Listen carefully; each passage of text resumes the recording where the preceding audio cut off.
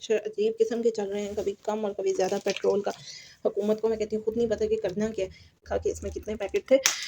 मेरे हस्बैंड, मैंने आपको पहले भी बताया कि हम लोग जो चीज़ें होती हैं ना एक साथ खरीद लेते हैं ताकि हमें फिर बाद में टेंशन ना हो। रेट बढ़ रहे हैं तो मैं तो अभी भी सबसे अस्सलाम वालेकुम माय यूट्यूब फैमिली। उम्मीद है जी आप सब खैर खैरियत से होंगे। अल्हम्दुलिल्लाह मैं और मेरी फैमिली भी ठीक है।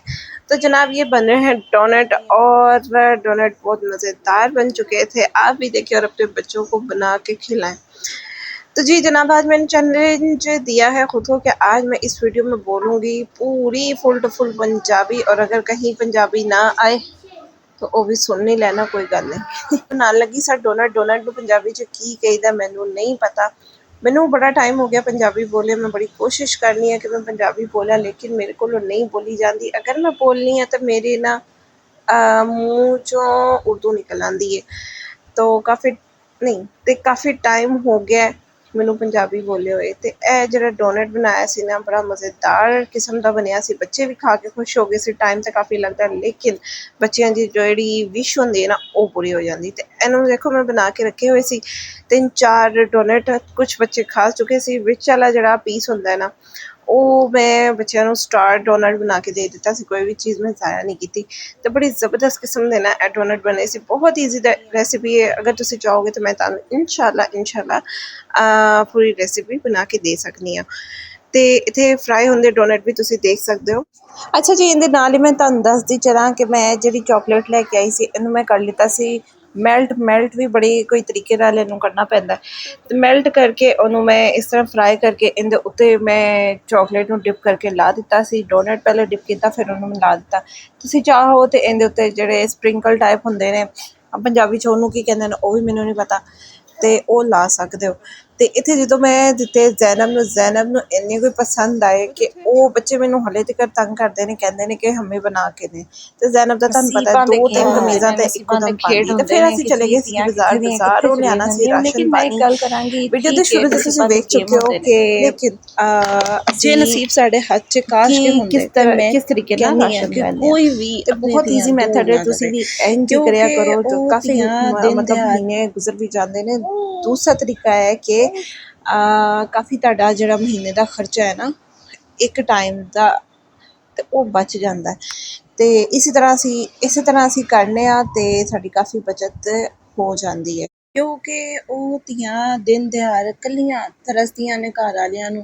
जिस तरह एक आदमी नूं अपने घर वाले बहुत पसंद हुंदे ने ना, दिन दिहाड़ उन्हां नाल मनांदे ने, तो उसी तरह धीआं नूं भी अपने बीवियां नूं भी अपने जिहड़े हुंदे ने घर वाले बहुत प्यारे हुंदे ने, बहुत अजीज़ हुंदे ने। वो भी चाहंदियां ने कि असीं अपना जिहड़ा खुशी गमी अपने भैन भरावां नाल मनाईए। अच्छा जी, तुसीं कहोगे कि जी अचानक तो गल इहने किस तरीके नाल कर दित्ती। गल है कि जिस तरह के साडी एक भैन ने वो भी कराची आए ने, मुल्तान तो कराची। इसी तरह होर भी साडियां भैनां ने जिहड़ियां एक जगह तो दूजी जगह सफ़र करके शादी हो के आ जांदियां ने, ते ओह जिहड़ा उन्हां दा सफ़र हुंदा है ओह जिंदगी भर दा रह जांदा है। ते सानूं जाना भी बड़ा औखा लगदा है बच्चियां नाल। ते मैनूं बड़ी बहुत ज़्यादा दुख है इस चीज़ का कि साडी जिहड़ी जिंदगी है ना ओह सफ़र विच लंघ जांदी है। ते कदी खुशी गमी, जैसा कि मेरी 2 फुफियां जवान फुफियां सी जिहड़ियां फोत होईयां। एक भाई कतल होया कज़न मेरा, ते नानी चली गई। यानी कि इन्ने दुख ते कदी खुशियां सारा कुछ ना जिंदगी दे नाल नाल हुंदा है, लेकिन असीं रह जान्ने जान पिछे। खैर इस वास्ते अज थोड़ी तकलीफ सी जिहड़ी मैं बयान कर दित्ती। ते कदी कदी बहुत ज़्यादा जिहड़ा सुख हुंदा है वो भी किधरे ना किधरे कोई ना कोई नुक्ता बन के सामने आ जाता है कि काश साढ़े अपने साढ़े कोल हो। तो खैर जी, मैं जैसा कि अजकल महंगाई चल रही है उन दे मद्देनज़र रखते हुए उन्होंने मैं की कीता है कि मेरी पंजाबी थोड़ी तुहानू गलत लगेगी ज़रूर, क्योंकि मैं काफ़ी टाइम तो बाद बोलनी पई हाँ। तो होया है कि जनाब मैं ना मेरे हसबैंड मैं तो घट ही, तो मेरे हसबैंड की करते ने, इन्हां दी असल च सारी फैमिली ही इस तरह करती है कि जदों कोई मसला या कुछ होंदा है या फिर आम रूटीन च ओह की करदे ने, जिहड़ा स्टॉक हुंदा है ना ओह उठा लैंदे ने किसी भी चीज़ दा। जैसे कि मैं पिछली वीडियो च दस्सेआ मैं पैंपरां दा स्टॉक चुक लिया सी, ते हुण दूसरी वीडियो च तुहानू दिखा रही हां कि इत्थे ऑयल और जो समान आया शायद मैं तुहानू दिखावांगी।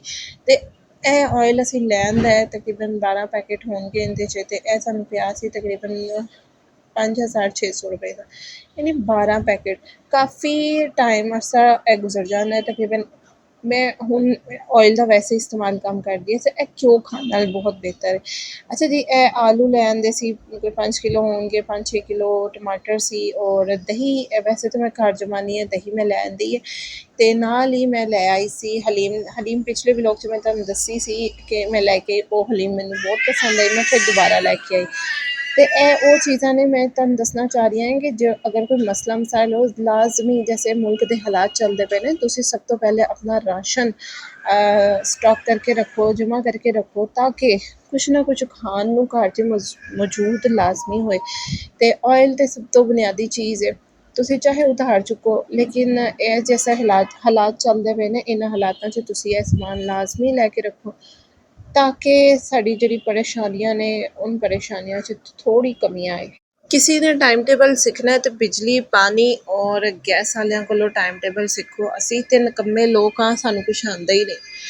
साड़ी जिੱਥੇ गैस रात ਦੇ 9:30 10 ਜਾਇਆ ਕਰਦੀ ਸੀ, ਹੁਣ ਜਾਂਦੀ है सारा दिन और सुबह नाश्ता और फिर दोपहर ਨੂੰ ਆਉਂਦੀ है 2 घंटे वास्ते, फिर एट अ टाइम पूरे 2 या 2:15 ਹੁੰਦੇ ਹੀ गैस चली जाती है। यानी टोटल टाइम टेबल खराब है। जिन बच्चों ने स्कूल जाना है, सैकेंड टाइम मेरे बच्चे स्कूल जाते हैं, खैर मैं तो उन्होंने नाश्ता दे देनी हाँ, खाना दे देनी है, सब कर देनी है, लेकिन अदरवाइज़ भी लोग परेशान ने अपने हालातां दे नाल। उस तो बाद बिजली, गैस, पानी उन्हां दे कोल मौजूद नहीं है। यकीन करो कि बस ना ज़िंदगी, बस मैं कहनी क़यामत कोल आ जाए और सब खत्म हो जाए। ਇਹ होना चाहिए। तो खैर जी, मैं आ चुकी सी किचन च, थोड़ा दूध पियाया सी ते मैंने क्या बजाए कि मैं बच्चों को फीडर च पा के देवां ते फटाफट इन्हां वास्ते कुछ डिज़र्ट बना लैनी है। फटाफट मैं कस्टर्ड बनाया, नाल ही मैं जैलियां पईयां होईयां सी घर च। मैं अपनी ईजीली चीज़ां इस वास्ते बना लैनी क्योंकि मैं हर चीज़ अपने राशन विच जो भी बच्चे बोलन कदी ते मैं ओह लिया के रखनी आ। ते जैली हले स्टेबल नहीं हुई सी, इनू फिर मैं दोबारा रखिया 10 मिनट ते इनू फिर दोबारा असी कस्टर्ड विच ऐड कीता। ते तुसीं देख सकदे हो कि जैली जिहड़ी जम्मी नहीं हले, जिहड़ी सही अल्फाज बोलां ते इनू फिर मैं दोबारा फ्रिज च रखिया और दोबारा इनू बनाया। अच्छा जी, सोचो किड्डा ही अजीब लगदा है ਜਦੋਂ ਤੁਸੀਂ ਆਪ ਰੈਸਿਪੀਆਂ ਲੋਕਾਂ ਨੂੰ ਦਵੋ। ਇੰਨਾ ਵੱਡਾ ਚੈਨਲ ਬਣਾ ਕੇ ਬੈਠ ਜਾਓ। 3000 ਤੋਂ ਜ਼ਿਆਦਾ ਮੇਰੇ ਸਬਸਕ੍ਰਾਈਬਰ ਸੀ ਜਨਾਬ। व्यूज़ कोई नहीं आते सी सही क्योंकि लाइवां लगाने लगी सी। मैं तुहानूं इस बारे च भी दस्सांगी कि लाइव नहीं लगानी, किस टाइम ते कितनी बार लानी है ते किस तरह। अगर तुसीं चाहते हो कि मैं तुहानूं इन्हां चीज़ां बारे दस्सां तो मैनूं लाजमी कमेंट करना। मेरी ज़िंदगी का तजर्बा है जनाब, मैं बहुत कुछ बर्दाश्त करके, बहुत कुछ नुकसान करके अपने चैनल का बहुत ज़्यादा पैसा ला के तो मैं इस चैनल से दोबारा आई हाँ। खैर, कहने वाली गल ऐसी कि सोचो मैं रेसिपियां देने वाली, मैनू एक जैली बनानी नहीं आई। मैनू दुख होया इस गल का कि सानू मिर्च मसाले वाले हर कम आंदे ने, लेकिन ये सिंपल जी जैली बनानी नहीं आई, जेह्ड़ा शायद बच्चा भी बना ले। असल च ना ज़्यादा चीज़ां मैं बनाइयां ने ते ना मैनू आंदा है बनाना। खैर जो इनू मैं स्टेबल किया, शायद पानी का जिहड़ी पर्पल वाली जैली है उहदे च शायद पानी ज़्यादा हो गया या की चक्कर होया। खैर इंसान सिखदा इन्हां चीज़ां चों। ते एह मज़ेदार जिहा मैं कस्टर्ड जो बच्चों को बना के दिता, बहुत शौक नाल इन्हां ने खादा, इंजॉय किया।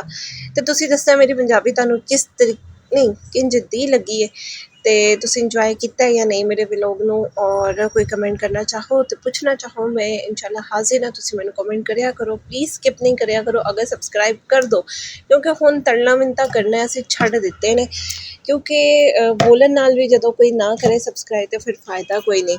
ते अगर तुसीं दिल नाल सबसक्राइब कर दो तो प्लीज़ उन्हों अनसबसक्राइब ना करो, ऐ मेरे वल्लों तुहानूं रिक्वेस्ट है। ते बाकी अज मोहम्मद अरुण जा रहे सी फर्स्ट टाइम स्कूल। अज दा दिन मंडे का दिन आ जाता, तो मंडे के दिन अज उन्होंने मैं भेज दिता सी स्कूल। अच्छा, बहुत खुश सी। काफ़ी दिनों तो स्कूल तो मैसेज आ रहे थे जी आज भी स्कूल बंद है, आज भी स्कूल बंद है। तो काफ़ी दिनों तो कभी लॉकडाउन लगा दिया, कभी कुछ। भाई लॉकडाउन लाहौर से लगे कराची च नहीं, बस स्कूलों ने बहाने चाहिए ने स्कूल बंद करन दे।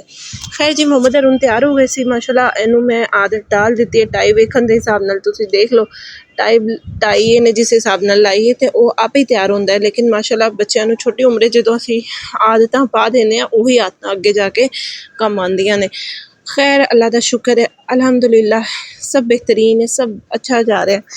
बाकी जी दुआवां विच याद रखो और हंसते मुस्कुराते रहो, जिथे भी रहो सदा आबाद रहो।